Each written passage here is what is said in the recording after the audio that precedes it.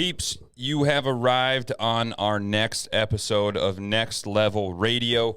Today we have an impromptu one that never expected this to happen, but it's just how the world works, and able to connect with a fellow coach coaching football here in Canada. And so you guys kind of know how we roll here, just off the cuff, kind of going off the cuff, getting to know the people, and teaching the good word of strength. And so today we have Brayden Miller, strength coach for the Winnepeg Blue Bombers. If you don't know, they've had very, very high success in the recent past. Great organization. And how this came about is I have a athlete, Jay Liggins, who played for us at DSU, ended up at Philly, and then he just now signed with Winnipeg and will be heading up there in early July. And so from there, I was able to kind of reach out to Brayden, and from there, I'm just going to have him introduce himself. And this is the first time we've met, so it's going to be new for me and you guys. So good having you on, buddy. Yeah, thanks for bringing me on. Introduce yourself, kind of just give the people the quick and easy about who you are, my friend. So, I'm the strength and conditioning coordinator and sports science coordinator from the Winnipeg Blue Bombers. I've been in this position for technically 5 years now, but one of those years being the pandemic year. So this will be my fourth season. So just learning as I go. Yeah, man. So from the beginning, getting to just briefly talk with you before we went on air. We had some common people that we knew, but where did it all start for you? You said your parents are in Brandon. Where did it all start for you, and how did you start this journey to where you're at now? Well, I think my journey is kind of similar to most. I started playing sport. My first sport was hockey. I played hockey and soccer growing up, and actually never really was around football. I loved hockey growing up. Obviously, I wanted to make a run at that, and things just didn't work out. But along the way, I had just some minor knee injuries and things like that, just mostly growing pains. But the local physiotherapist here, one of the better ones at the time, was training athletes as well. So I started training with her when I was 13, 14. And she probably had a group of maybe 10 or so athletes. But of those 10, I think 3 went on to play games in the NHL, one being Matt Calvert, who's still playing today. And I just looked at her job and saw, well, wow, that's this is your job. You get to hang out with athletes, with hockey players, and train them every day. And if they get hurt, you can fix them. So for me, that was just right away. I was like, well, I love sport. I love biology. I love science. I'm just going to put them together. And it wasn't really until I think my last year of high school, I was kind of like, okay, I guess I got to figure out what I'm going to do now, because hockey might not be working out. So I went and talked to my guidance counselor, and she said, hey, U of M has this program called athletic therapy. And I'd never even heard of athletic therapy before. But I'm like, yeah, sweet. It's basically the same thing as physio, but you get to work mostly with athletes. I'm like, yeah, that sounds awesome. That's kind of how I got started there. Is that kind of like the equivalent? You might know better than I. Here in the States, we have athletic trainers. Is that the equivalent? Yeah, exact same. Yeah, cool. Just different terminology. I'm not sure why, but yeah. Yeah, man. I know a lot of switched on athletic trainers, especially even at the smaller schools. Very helpful. Mm-hmm. It almost pays off to be at a bigger university or a professional team, because you can tend to get overworked. I know here in NAI and D2, they are very short-staffed on that end, and so it pays off to definitely be at a bigger university for sure. So I asked this to a lot of the strength coaches, a lot of my buddies at Sornex Summer Strong, or my power athlete guys in Austin. Was strength always something that intrigued you, the performance side of things? Because I preface that with I played college football and was all conference, had some success. Obviously wasn't going to play in the league, but had some success at the NAIA D2 level. But I enjoyed getting ready for season more than I enjoyed the season. So was that did you always have that performance mindset growing up? Yeah, to some degree, maybe not to the same level as, I do now, but yeah, when I was younger, I think a lot of it comes from my dad actually, but not necessarily in the way that you'd expect. So he's not athletic in any regard. He's very mechanically inclined.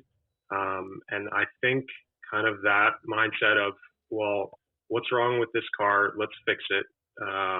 And let's find out what the issue is. I kind of took that approach of, okay, well, we've got a problem with this. Something's not running right, how we can fix it. But I basically use that kind of philosophy in strength and conditioning and kind of transferred it that way. So the way I kind of look at it, I guess, on how I got started was along those lines of, I'm always curious to see how things can be improved and things can be fixed. And along kind of both those lines, I kind of basically blended that into strength and conditioning. And then obviously my passion for working out and everything along those lines, it just kind of all made sense to kind of mix all those things together. Yeah, dude, that's a new one for me. I haven't heard anybody kind of relate that to the workings of vehicles and the performance side of those. And when those things are broken, how do we fix it? And it does have a lot of parallels, man. A lot of the high-end mechanics and people that are inclined that way are miracle workers. Yeah.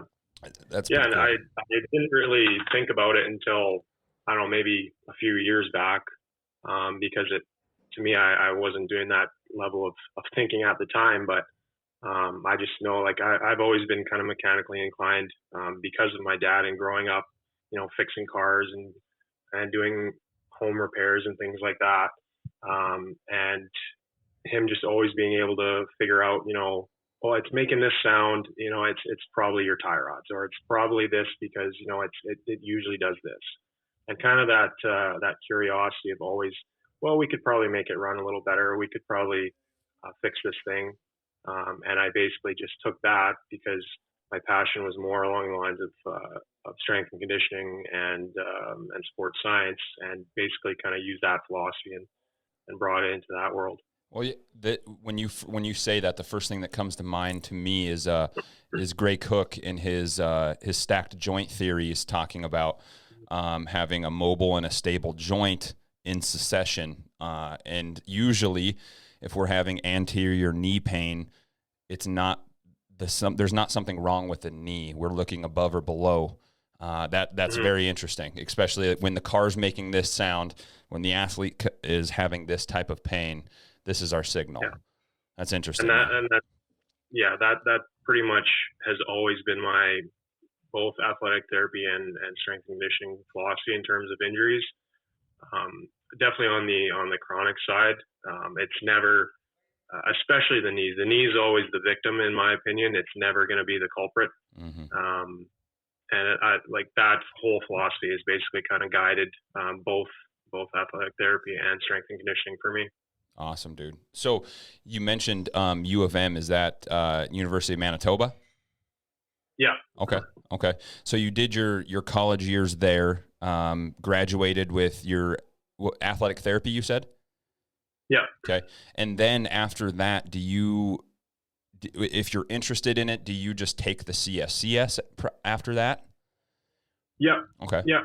So it's just all you need is your 4-year degree, obviously. So obviously that was something I was interested in. And once you go through university, the exam is fairly straightforward at that point. So yeah, I ended up taking it, and then I had a few buddies that are very intertwined in the NSCA, and got to talk to some of the upper management of that, and they're actually looking to hopefully revamp and reformat the testing, because as you know, how I felt about it is I had my philosophies based off of principles, overload, reversibility, individuality, all these different things.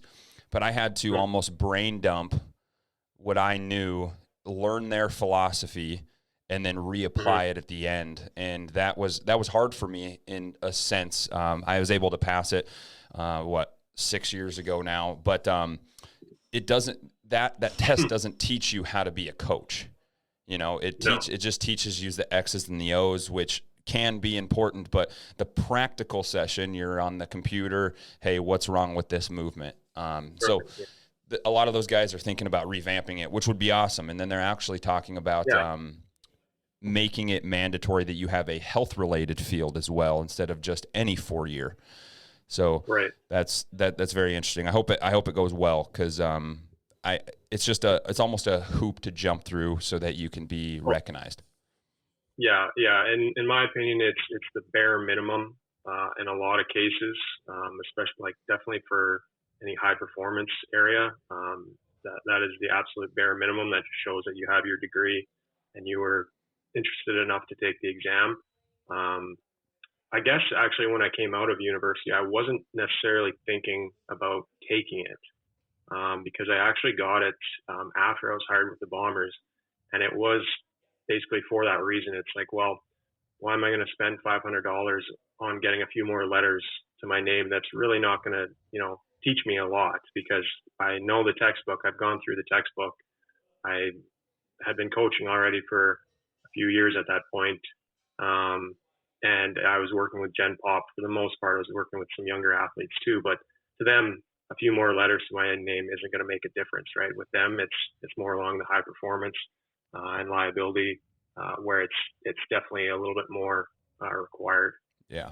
Outside of, I always like asking this question too, outside of the general philosophies of the NSCA and attaining the CSCS, I always like hearing of what else you have been diving into, what else, what other content. For me, example would be, I'm a power athlete block 1 coach, so I've been diving in a lot to power athletes philosophy, John Wellborn out of Austin, Texas, but also really diving into Brett Bartholomew and getting into his communication-based philosophies and his presentations. And so I'm going to end up obtaining one of those here in the near future when we open up. So what's some of the stuff that you've been kind of diving into recently? Well, because last year there was a lot of extra time kicking around. Yes, sir. I got into PRI, so Postural Restoration Institute stuff. Cool. I'm not sure if you're familiar with that, but they're an organization based out of Lincoln, Nebraska. And I'd been interested in their material for a while before. I just never got into it because it was all in person before the pandemic. And most of their stuff was based out of Nebraska or just other places in the States that were just too far to drive. And the course itself was fairly expensive. So it was just always a little bit out of reach, but they've since put 3 of their introductory courses online. Nice. So they just film the seminars. So I did one of those in November, and that's probably been one of the biggest game changers for me in terms of how I look at athletic therapy and as well as strength and conditioning, and basically kind of using them both, right? Because in my world, I blend them for the most part. I never really kind of separate the two, but that in itself, I think, has been the biggest kind of game changer for me, because they do a really good job of taking multiple disciplines, and they've been around for 20 plus years or so. And the guy that started it, Ron Huruska, is just out of this world smart. So just the way he discusses concepts and is able to bring in other professions is just unbelievable, right? So they've taken physiotherapy, chiropractic, osteopathy, dental, which I didn't even consider, but they have dentists and dental courses within their course. And really just everything you can think of that's human body related, physiology, neuromuscular, like really everything. And they really do a good job of kind of bringing it all together. It's definitely a lot more complex than what I was taught in school. And I had a student ask me about it the other day. And I said, well, I'm going through it now, but I would definitely not recommend this if you're a recent graduate, because it is just, it's, I took it in November and I'm still kind of figuring things out along the way. And that was just one of the first introductory courses. They've got 3. So I'll be taking the next 2 at some point, but basically just the train of thought that they use has been super beneficial for me. Awesome, dude. How, and you said it was PRI? Yeah, so Postural Restoration Institute. Postural Restoration. I'm gonna look that up a little bit because I actually have some family over in Lincoln. So, but no, if you had to give their like quick and easy, what sets them apart? Like the holistic approach of, I mean, that's a massive list of things that can dive into performance. Yeah, so they do a lot of focus on breath and diaphragm. So as much as like cliche as it kind of sounds, is like focusing on breathing and stuff. It really, from my experience, and I've only been doing this for a few months, it affects everything, right? So I'll see clients that have seen multiple other practitioners with various issues, and whatever it is that's wrong, they'll correct the issue at the local joint, right? Say if it's a knee or a hip or whatever, whoever they're seeing will be able to correct whatever it is the issue is, but it'll just keep coming back, right? So that's one of those things where they're basically stuck in a pattern, right? So they use, in PRI, they use a bunch of acronyms, right? So one of the big ones is this left AIC, or left anterior interior chain. So essentially, it's the idea that the body is asymmetrical, right? So the right and the left side diaphragm are different sizes, with the right side being just a little bit larger, and that goes for everyone, right? So your right side being just a little bit bigger than your left side, and because of that, pulling differently on everything that's related to your diaphragm, right? So psoas, obliques, rib internal rotation, and basically finding asymmetry between your right and your left side. And when you look at it from this kind of perspective, a lot of things made way more sense to me from what I was seeing, right? So a good example is I started doing squat assessments with everyone, all the clients that I was seeing, like regardless of what the pathology was, right? If they come in with a shoulder injury or whatever, I'd have them start just do 3 bodyweight squats, and I'd watch from the backside. And what I was seeing was, based on what pattern they were stuck in, they would lateralize their squat either right and left, right? So I had a patient that was seeing me for a shoulder issue, but she was also, I think, 4 months post ACL, and the ACL was on the right knee.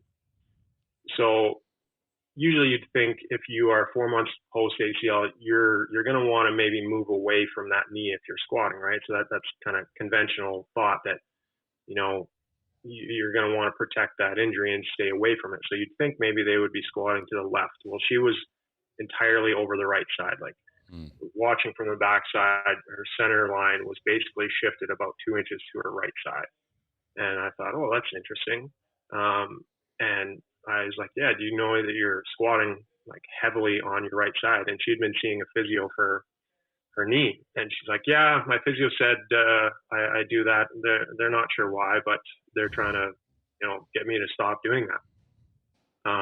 And through PRI, it became abundantly clear she was stuck in one pattern that essentially makes her shift all her weight to her right side based on rib position, and her center of mass, and where her body senses her center of mass is. So that's kind of the nitty gritty of it, but there's so much complexity to their system.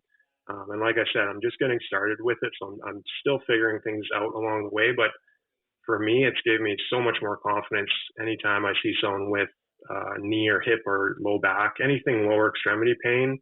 it's given me a lot more confidence to kind of figure out what's going on and why it's showing up. Yeah. So, identifying those limiting factors can tell a completely different story that you're not even aware of. And when I was younger, when I was first out of university, I worked for a high school strength and conditioning company. And we were contracted out through local high schools, and I mean, we had 500 to 800 athletes depending. And from there, we were doing assessments just as yourself, and it was very rudimentary, it was very elementary in scope. But we were doing an overhead squat assessment from that, obviously looking shoulders, hips, knees, ankles, all the way down.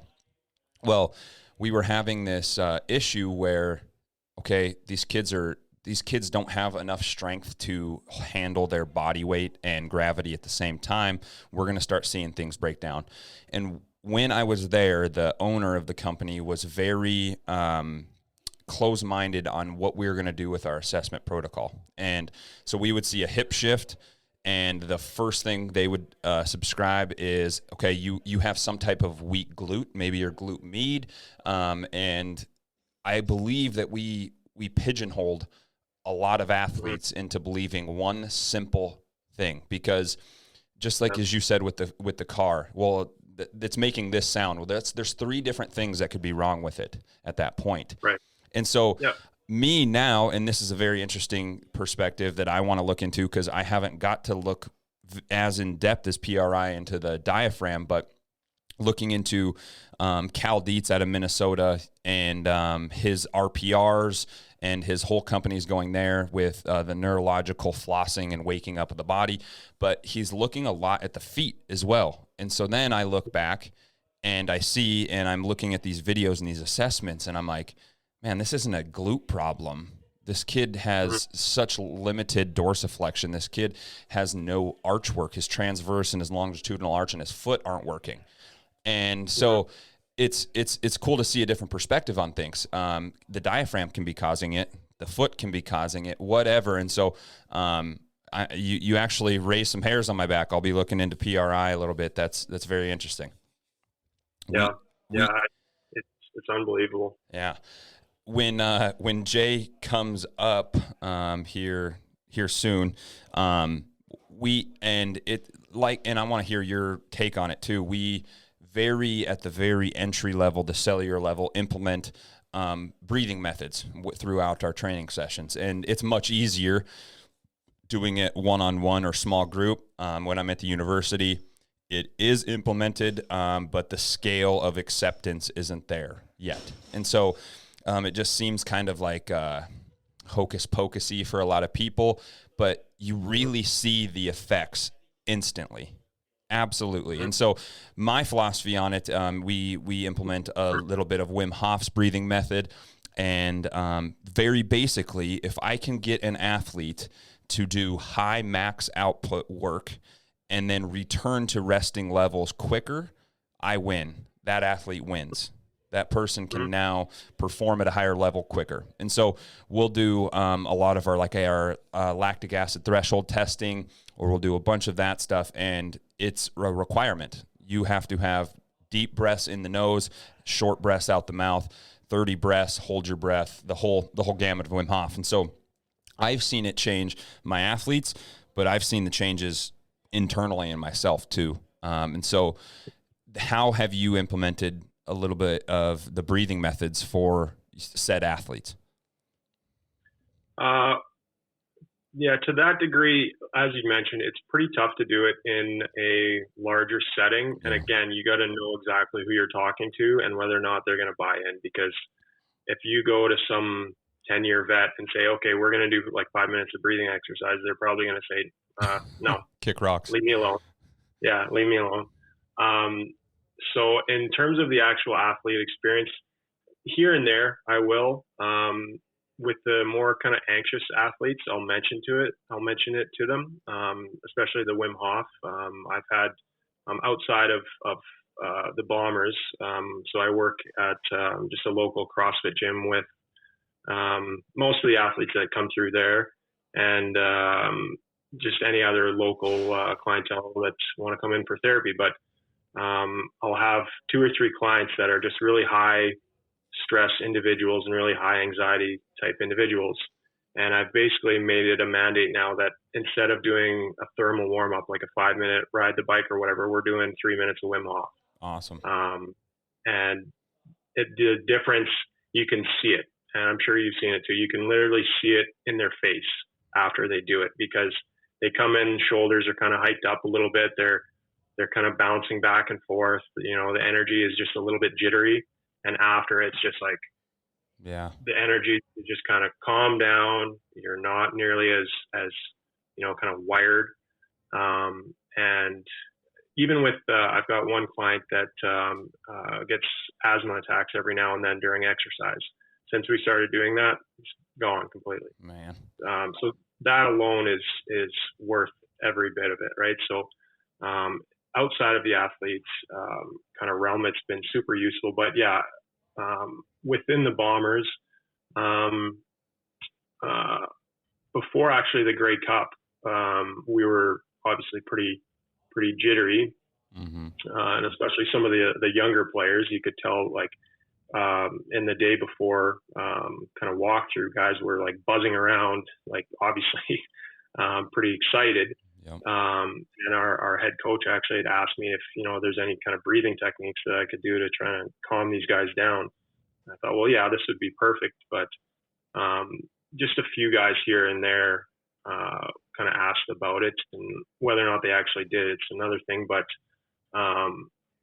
yeah, if I see a guy that is, you know, along those lines with a client that's really high anxiety, needs to kind of chill out for a little bit, I'll get them to do that. But outside of that, it is difficult to do it in a large group setting. I mean, we'll do just kind of belly breathing or diaphragmatic breathing during recovery days. So during we'll do recovery days post games, where we do like a 20-minute stretch, 20-minute tub session, and then a 20-minute like flushing massage. And during that yoga session or stretching session, I guess if you want to call it that, I'll just start off with 3 or so minutes of just deep diaphragmatic breathing, just to get guys, same thing, just a little bit more relaxed and just kind of calm down a little bit. Because for the most part, when they're around each other, they're usually kind of buzzing around a little bit. So just get them to calm down a bit. The cool thing is when you see the athlete, when they do it, after they actually, if they can implement and put all their attention to it, and they actually do, say, 1 to 3 cycles of Wim Hof's breathing method, they're a believer. They feel it. Oh man, you feel it instantly. And if it's your first time, by your first cycle, you're lightheaded. You're feeling these internal feelings that it's you believe very quickly that that something's happening. And I think in our realm, especially in what you're doing, me being at university, these kids want to, and it could be different at the professional level too, but these kids just want to bang weights. They want to get better. They want to go. And so stopping them, hey, we need to work on this because this is going to get us to where we want to be, is very hard to some extent. And I know in my position, even some of the coaches that aren't educated in the strength and conditioning performance realm look at that as hocus pocus, and they're looking like, hey, let's just do another set of cleans, you know? And so we need to find that spectrum of being too wound up and not wound up enough. Yep. Yeah, 100%. You brought it up, and for most people, I hope most people would know this, but the Grey Cup being the equivalent to our Super Bowl here. You guys had this COVID year, but prior to, ended up winning the Grey Cup. And so I would like to hear, personally, this being a very selfish question, but explain to me the buildup of that, your feelings going in, how everything transpired. What's the day-to-day of a team going to compete the Grey Cup? Yeah, just a lot of excitement, a lot of nervousness on our part, maybe a little bit less on the players' part, but that whole last 4 or 5 games of the year was just a whirlwind. So kind of the backstory with that, we get a new quarterback with, I think, 6 or 7 games to go in the year. Dang. And this is a guy that hadn't played all year in Zach Claros. So he's a proven winner in the past, but he ran into some concussion issues at the start of the year, and sat out until we got him, basically. And so he kind of bounced around teams for basically most of the year. And then our starter goes down about halfway through the year, and our backup goes in, who's Chris Strevler. He's now in the NFL, but he struggled a little bit for us. I played, I think, 4 or 5 games, but had some good games, had some tough games. But we got Claros in there, and he started, I think, the second last game of the year, or third last game of the year. And right from the start, things were just clicking, and guys were, we were pretty healthy. Things were just going well. And the last regular season game of the year, we play Calgary, who's always, our toughest challenge. They're kind of one of the better teams in the league. And we win on a last-second, last-ditch kind of scramble play that Claros makes an unreal pass to the back of the end zone, like unbelievable play. And I remember my boss coming in. He's like, that was like one of the best plays I've seen in a long time. Like, he was fired up, and he's usually pretty kind of laid back with stuff like that. So that was our last regular season game. So we beat, and the game before that, we had actually beat Calgary. It was a little bit not as close, but so we beat Calgary in back-to-backs to end the season, which is huge for us because, again, they're one of the better teams in the league. They always play us really well. So we got a 2-game winning streak going into playoffs. And our first game is Calgary, so we know we're seeing them again. So we know we've just taken care of business. So we got to play them in Calgary. So obviously that's a tough place to play in. It was pretty cold that day, and I think we were actually losing after the first quarter. But the guys just stuck with it, turned it around, and ended up coming up with the win in that game. Again, Strevler just played lights out, coming in relief for Claros. Basically, between the two of them, they were just they didn't really have an answer on the defensive side. And that was 3 games in a row? I think so. I can't remember. It's now 2 years ago, but exactly. Yeah. So it was either 2 or 3. We definitely played them in the last game of the year, and then in the quarterfinals. Crazy. Then we go to Sask again, one of our rivals, and again we got to go into their stadium. Super loud, really hard to play at home there as well. And same thing, just kind of a crazy finish. We're up, I think, a score and maybe a field goal. It might have just been a score in the fourth quarter, and tight game the whole game. And they get, I think it was three chances, like goal line chances, and we stop them 3 times in a row. And one of them they definitely kind of screwed up on their own, but the last play of the game, they got a score, and their quarterback throws it up, and it hits the uprights. And right there, it's just like, holy Christ, we're going to the Grey Cup. So that was just absolutely nerve-wracking right until the very last second. Basically, the last 5 minutes of the game, it was just pins and needles because they were just hammering us right on the goal line. And it was 3 stops back to back to back, basically.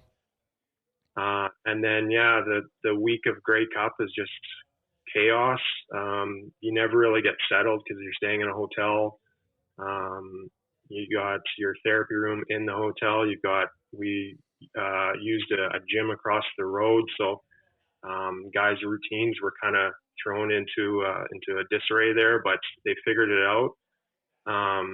And then, the energy going into the game was just unbelievable. You could just just looking at guys, and we had probably 6 guys like super sick, like on medication, sick going into it too. So that was another little thing that we had to deal with. But yeah, even with all that, the energy was unbelievable. And right from the start, you could tell that like our energy and our just everything was better than them. Right, we were ready to go. A lot of it, I think, came from our big D lineman, Willie Jefferson. He had 3 sacks in that game, and he was just a machine. Let's go. So, yeah, no, like nothing else, just the energy for that whole week, and then during the game as well. And I remember there was about a minute left to go in the game, and we're up like 33-12 or something. And I'm like looking around, I'm like, holy shit, we just did it. We're gonna win. We're like, they're not coming back. We're gonna win. Damn.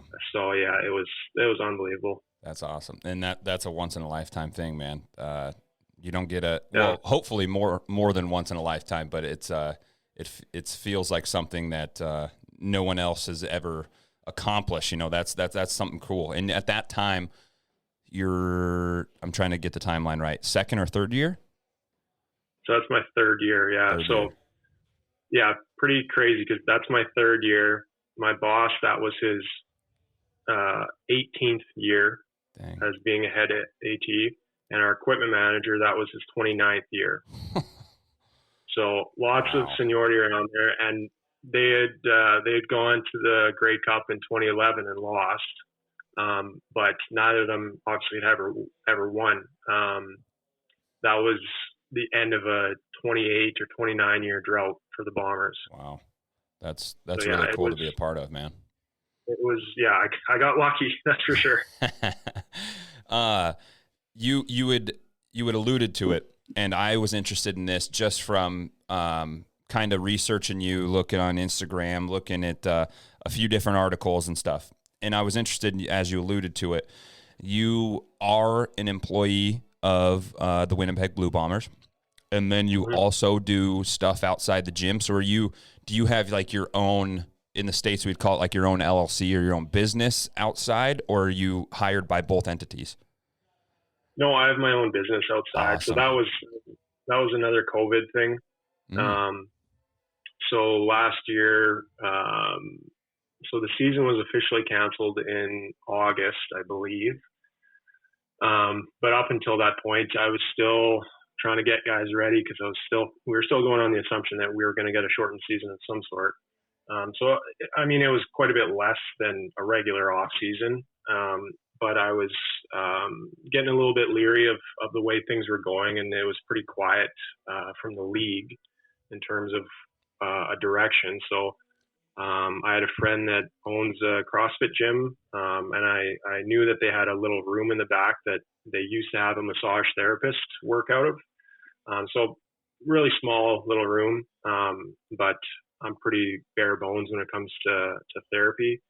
So I just reached out and said, hey, if you're interested, I could come in and do some therapy out of this back room. And basically it's like free income for you, just essentially kind of like a contractor type deal with the gym owner. And obviously he was all for it. So I started that, I think July, August, somewhere around there. Started off fairly slow, and then kind of as time went on, I gained a few more clients, and then this past year started doing a little bit of personal training out of there as well. Awesome. Just because I had a couple therapy clients ask if I could do that, so I thought, well, why not? I've got quite a bit of time anyways, because for the most part, we just had a small number of players in the building from like January through March. So I was doing personal training out of there as well, and still doing a little bit, but obviously it's going to be dialed back quite a bit. But yeah, that's been honestly the past year. That's been a cool learning experience because I get to see things that I maybe wouldn't with the Bombers, and I get to try things that I definitely would not be able to do with the Bombers just because of either the buy-in or time requirements or injuries or whatever. So and having the time to do more therapy, right? So in my position with the Bombers, it's about 80 to 90% strength and conditioning, and just kind of helping out with therapy here and there when they need it. So you tend to get a little rusty with the therapy type of stuff because obviously I'm not doing it nearly as much. But it was kind of nice, getting back to that a little bit this past year because of all the CrossFit athletes, that they've got bumps and bruises and sore shoulders and low backs and things like that. So it was a good compliment. I've definitely learned a lot of things because of that. I applaud you for that. A lot of people look at me as kind of crazy and motivated to a sense, but think that there's too much going on with trying to find the fine line of balance between doing three sports, technically, 3 sports at university, and then having my own gym as well. And so that's I applaud you for that because I think it's very fun to have the private sector and have the stuff that you want to do. You're setting your rules, and then you can always build off that and apply it to professional sports, Mm-hmm. So yeah. I applaud you for that. That's awesome, man. I love it when anybody can start their own business or even a side hustle such as that. Yeah. And that's kind of always been my theme, I guess, with off seasons. The nice thing about CFL off seasons are they're long. Mm-hmm. So, I mean, I've got lots of downtime as it is. I might as well be doing something productive. I worked before the pandemic. I worked for a local hockey corporation here called the Rink. So they do high performance training for hockey players. So I was there for maybe 6 months or so, basically just an off season. I learned quite a bit there as well. They've got access to tech and just everything, brand new gym, like $1 million gym essentially. Wow. So I could see a lot of technology and things like that we don't really have access to with the Bombers. So that was pretty cool. And just working with hockey players too, right? It was kind of a natural fit for me because I grew up a hockey player, and you can basically, with any hockey player, you can talk about the same 5 things and they're going to be able to relate to one of those 5 things. So it's fairly easy to get into that. Yeah. I when I was writing out this question and thinking about this next question for you, I realized how hard it would be for me to answer this. And so I just want to preface it with that. But a lot of times it's very hard to kind of talk about yourself and the hard work that you've put in and the things that you've obtained. But what if you could put a thumbtack on it, if you could put a word to it, what do you think you were the best in the world at? What do you think your strength is that you're the best in this world at? Because coming from what I've been hearing, like, you're a very in-depth cat. You're a very in-depth dude. You want to have the best for these guys. So where do you think that you set yourself apart? I know it's hard to talk about yourself like that, but what are you thinking? Well, I think a lot of that comes back to, why I was hired in the first place. And it goes back to basically university. So going through athletic therapy, I was always interested in strength and conditioning as well. But my program, there wasn't really much of a focus on strength and conditioning, and there isn't really, a strength and conditioning focus in really any degree at U of M or really in Winnipeg. But with that in my back pocket, I was always interested in it, and I wanted to learn, and I was as I was going through. And I remember in my 4th year of a rehab class, it's trying to culminate all your rehab skills into one class before you graduate. We're talking about like hip mobilizations and things like that, right? So I was trying to talk about and show people about like Kelly Starrett stuff because that was kind of popular at the time, and I was just getting into all the banded mobilizations and Kelly Starrett stuff and going through his Supple Leopard book, and no one else in the class was even remotely interested. I think there was one other guy that was like, oh yeah, that's kind of cool. And I thought it was really weird. It's like, you want to be like an athletic therapist.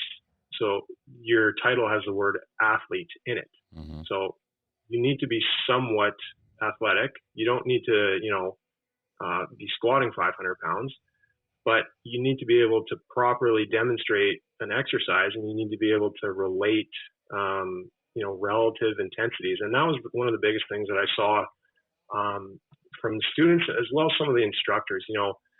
They'd be working with the football athletes from university, and they'd be giving them, like TheraBand exercises for like a pec strain or something like that, right? Like just things that are not at the same intensity level of what they need and what they see on a day-to-day basis. So I'd be working with like football athletes and, doing really, really low level stuff one day. And then, a week later, they're going back in the gym and they're doing heavy snatches and heavy back squats, and there's just no in between. And I was just thinking, like, where's this disconnect? Mm-hmm. If you're an athletic therapist, you should be able to take an athlete from the day they get injured to back on the field. And there should be no need to hand off someone halfway through. Yeah. If you know what you're doing, you should be able to get them back to squatting heavy or, getting ready for a snatch or whatever it is that they need to do in the gym that's at the same level of intensity or higher. And in most cases, it should be a higher intensity to be able to get back on the field. And I just wasn't seeing that. So with that kind of, thought process, that always kind of guided me. And then after I graduated, I worked at the university under the head strength coach, who was also an athletic therapist as well, or a trainer, I guess, because he went through the States program, but he had the same mindset. So I learned a lot from him. And I always said, I think I learned more in those 6 months working under him than I did in a lot of regards through my therapy degree, because he was able to kind of blend things as well between, the AT side of things and the strength and conditioning, and looking kind of more holistically at them. And he got a lot of flack from our instructors and therapists, because he was pushing back on kind of the old ways of thinking and wanted more kind of collaboration between the disciplines. And I was along the same line. So a lot of people, on the instructor side of things didn't like him and didn't like me, because both of us were saying, like, we need to do better with this. Like, there's a huge disconnect here, and why is this? Yeah. So I was there for a year, kind of doing both and basically doing the same sort of role that I'm in now, which was always kind of my goal. I always wanted to have one finger in kind of each realm, never really get too far away from therapy, never get too far away from strength. So I think kind of the blend of the two has set me aside. Mm-hmm. And I know that's why I got the job in the first place, is because, like I said, when I graduated, there was no one else that was even really remotely considering doing both. So basically, like, the competition in Winnipeg, that therapists that could do both at a high level was next to none. So I think I've kind of prided myself on being able to bounce between both. And I'm definitely not an expert in either, but I've got a good handle, I think, on both. And I can, go down the rabbit hole a little bit in both areas there. That's important. Just being more applicable to different types of roles is huge. And you brought up a few good points here in the States. Our physical therapy realm, injury till 75% of a return to play protocol, I would say. It's, if me being conservative, there's a trend that physical therapists are going away from insurance-based care, because you get an ACL surgery, the surgeon and the hospital has a protocol that they need X amount of range of motion, that they have to have this type of this type of range of motion and different protocols that they need. Well, that's just checking boxes. And as you know, checking boxes doesn't get the job done. Each person is very individualistic in their approach. And so a lot of these physical therapy companies are going to cash-based care so that they can give the best individual care. And in some sense, it turns people away because they don't want to pay the upfront for that care. But what you're getting and what you're seeing, I have a bunch of buddies that own physical therapy clinics that are also strength and conditioning coaches within a gym. And that kind of bleeds into what you're talking about. And I find it interesting what you said too, is the demonstration of implied intent. So we need to have these types of velocities, this intent to move the bar. And so I always tell this to my athletes. There's a few things is you need to move the unloaded barbell like it's 500 pounds and 500 pounds like it's the unloaded barbell. I shouldn't be able to see how the changes in your movement because of that bar. And then the being able as a coach to show what you're wanting so that those kids can take the bar and run and whatever, or kettlebell, dumbbell, whatever it is. But the kind of the cycle of explanation, demonstration, implementation, and then discussion, like how can we change this and how can we move forward. I found that very interesting and very important because when I was in university, NAI schools at the time, they didn't have funds to have a strength coach. It was a coach that was a professor, an offensive line coach, an assistant track coach, and then the strength coach.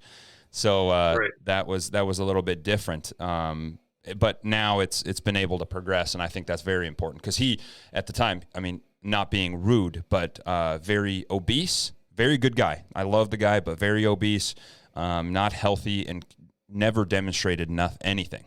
And so I find that important in finding the line between you being one of the athletes and just being able to demonstrate, Right. Yeah. Very important.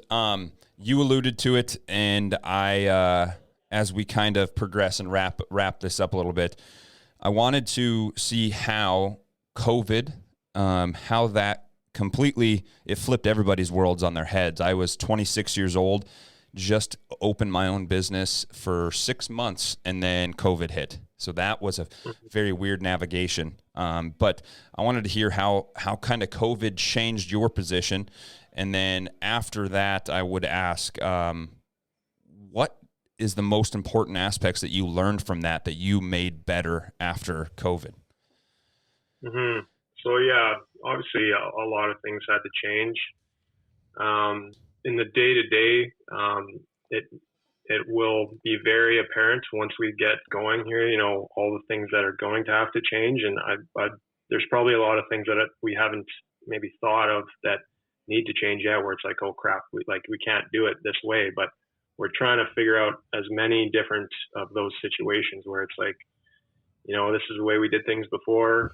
It's got to change, like something as simple as protein, right? So this is something we thought, pretty hard about. It's like, well, how can we hand out protein that, is clean and there's no cross contamination of guys, touching protein and things like that. It's just a very minor detail, but COVID now has you thinking about these things. Or water bottles, right? Like obviously, you wouldn't think twice about guys sharing water bottles. Well, now that's not a reality. You gotta think of all the different things like that COVID is now going to affect. So that's going to be in the Bombers' perspective. That's going to be the biggest thing. Is there's just going to be so many little protocols to consider and to think of, and trying to make sure everyone's safe and everything that goes into that. But from a day-to-day perspective, it's, I guess, finding ways to still be productive and get things done, working from home, and finding other, avenues to go down when things were really quiet last year, right? So lots of con ed, lots of reading. I'm currently doing my master's, so working on that and trying to get that, done and out of the way. And, time for other things as well, right? Like obviously the CFL season basically runs the entire summer. So last summer was nice in the regard that I actually got to enjoy my summer and hang out with my girlfriend and go camping and things like that. Awesome. I wouldn't be able to do. And it was kind of cool to see because, the equipment manager and the AT or the head AT and then, even our head coach, guys like that, like they haven't had a summer in 30 years, right? Like Jeez. summer is football season. So talking to our head equipment guy, like it was cool to see because, he's got 2 young kids at home, that, during the summer, they're off school, they go do all things that kids do, but now he's able to do those things. So, in that regard, it was nice because,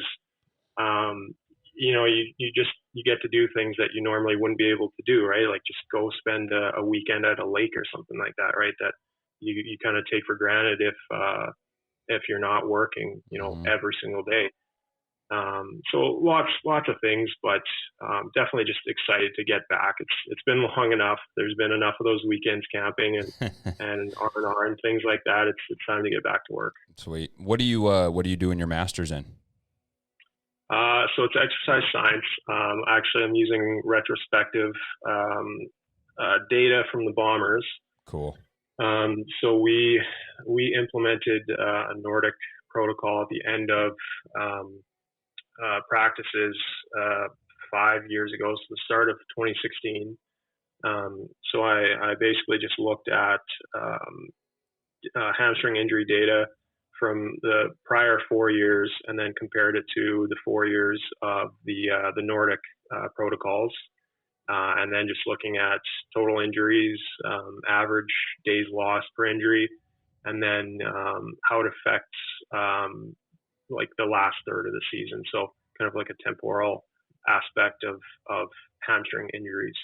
That's cool. So it worked out perfectly that it was a retrospective study because I had friends that were trying to do their research last year and everything got put on hold because you couldn't go into the university or do anything. So it worked out just great because I didn't have to go anywhere, do anything. I just looked at the information and just wrote. And I'm a person that it takes me a long time to write content and put, coherent sentences together. Mm-hmm. So that was kind of nice to get most of it wrapped up. I've just got a few things just to finish up before the season starts here. Cool. I did exercise science and physical education, so I have my teaching degree as well when I did my bachelor's. And then I just finished my master's, a month and a half, almost 2 months ago. So I just graduated with my MBA. I went business administration just since I do have my own gym. I think the best way to learn was what I did. I didn't know my ass from my head, and I jumped into owning my own business. That taught me a lot, but now having the background in the MBA, and then I told my wife that possibly down the road, I want to get back. I want to pursue my doctorate and get back to my roots of either exercise physiology, some type of exercise science, kinesiology, biomechanics, possibly, and get back to those type of roots. Because I did my master's thesis, they called it too, on the foot and how evolutionary and how it has changed over time. And going from bipedal, coming to bipedal as we progressed as humans. And so how the shoe has completely changed the dynamic of our lives. And I'm a big Vans proponent, letting the foot splay and having a flat minimalist shoe. So I did my master's on that. And cool. Just kind of seeing how that has changed. But I find it, I applaud you again. I find it very cool to have a young coach just continue. You're not letter chasing. You're continuing to progress down this road, which you will bear the fruits come soon, So that's very cool. I do have kind of a random funny question at the end, but first off, I appreciate your time, man. I know it's Father's Day and you got some family to hang out with, so that's very important. But two or three questions here at the end that I like to wrap up with. But if you could pinpoint the next 5 years, what does that look like for you? Yeah, I think about stuff like that every now and then, and it's hard to say, exactly one thing. When I started with the Bombers, I kind of said, take 3 years to figure it out, and then go from there. And at the end of that third year, we won. So it kind of worked out exactly the way I think I planned it. But yeah, I want to start kind of building my own business a little bit more on the outside. I enjoy it. It's like I said, it's an interesting kind of change up from the Bombers. So I want to build that into a little bit more sustainable. I want to have some really good systems in place for the Bombers that don't take as much kind of hands-on approach, that can just be run if I choose to leave. If someone else comes in, that they have a system if they want to kind of take the ball and run with it. And I also want to get into real estate a little bit. That was another one of those things that I started last year. With some downtime, I actually signed up for the real estate course, and it's a 4-part course. So I want to go through that and look at real estate investing, just as another one of those little side hustles. And yeah, I think a lot of that comes from the mechanical inclination background. Like, my dad's built houses before, and he's completely renovated our entire house. So I've always had an interest and helped out with things like that. So that's also something I think that could be interesting and useful as just a life skill to have going forward. And I've worked with other coaches actually that do that as well. One of the first gyms that I worked at was a private gym. It was just a small little gym, but packed every day. And he had like 10 rental properties on the side. Wow.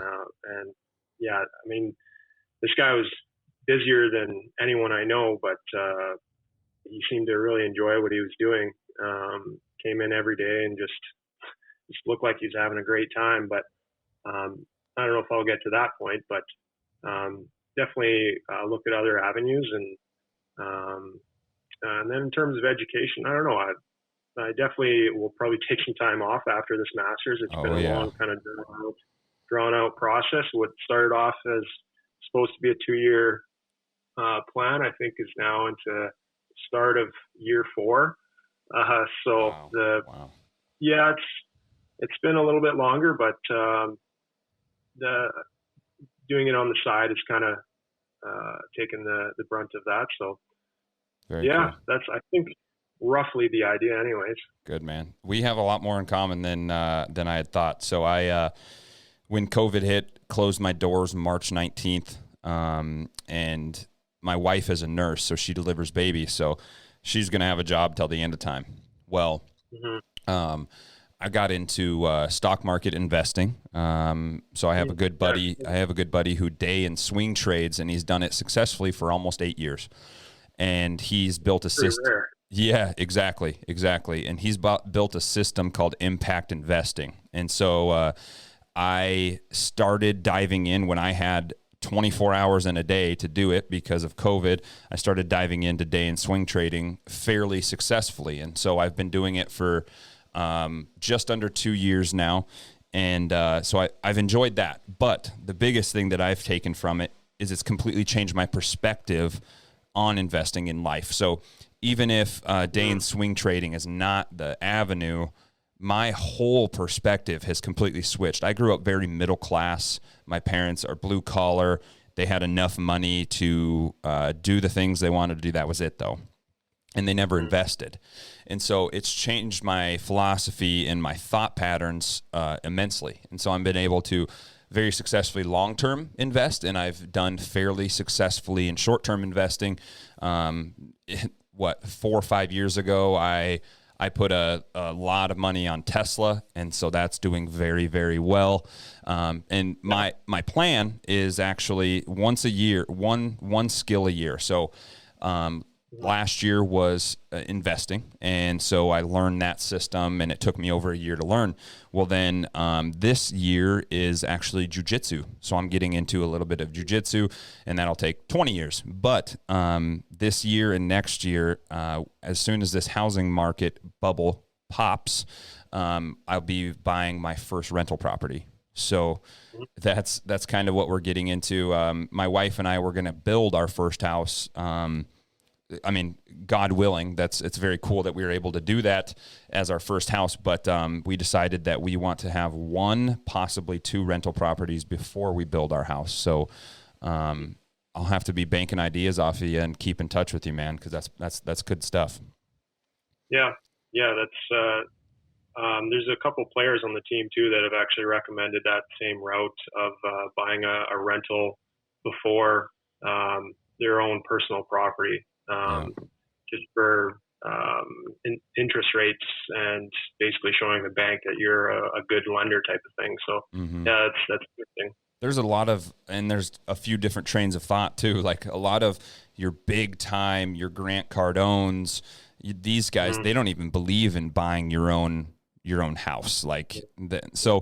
There's different trains of thought. And I think I've swayed my wife into this investing life where we're putting it aside we're not putting it in a bank account to save because you're losing money due to inflation, but finding that happy point, because she grew up small town North Dakota, wants to live with her family.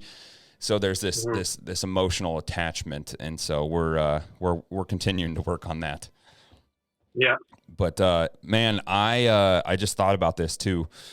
I don't know, and hopefully it works out, but I will be coming, I think it's this coming summer, I'll actually be coming up to Brayden for Bryce Kilbeck's wedding. And so if it works out, possibly if you're there, I would love to meet up with you, man. That would be that'd be really cool. Yeah, let me know. Awesome, man. Awesome. Well, I'll end up turning all this off, and then I'll chat with you right before we leave, man. So I appreciate your time. Next Level Radio peeps, if you want to reach out, where would they find you on the interweb here? Just on Instagram. I'm not super active on really any social media. I'm on Instagram every now and then, just Brayden_Miller1. And other than that, yeah, that's pretty much it. Sweet, man. Well, I honestly hope the best as things start ramping up. Hopefully things work out, and I hope to talk to you soon. Yeah. Thanks for having me on, man. Yes, sir. I appreciate your time. Next Level Radio, that is it. We will speak with you guys next week. Reach out if you have questions. You can find him on Instagram, and I will put stuff in the show notes. So appreciate your guys' time. We will chat with you next week.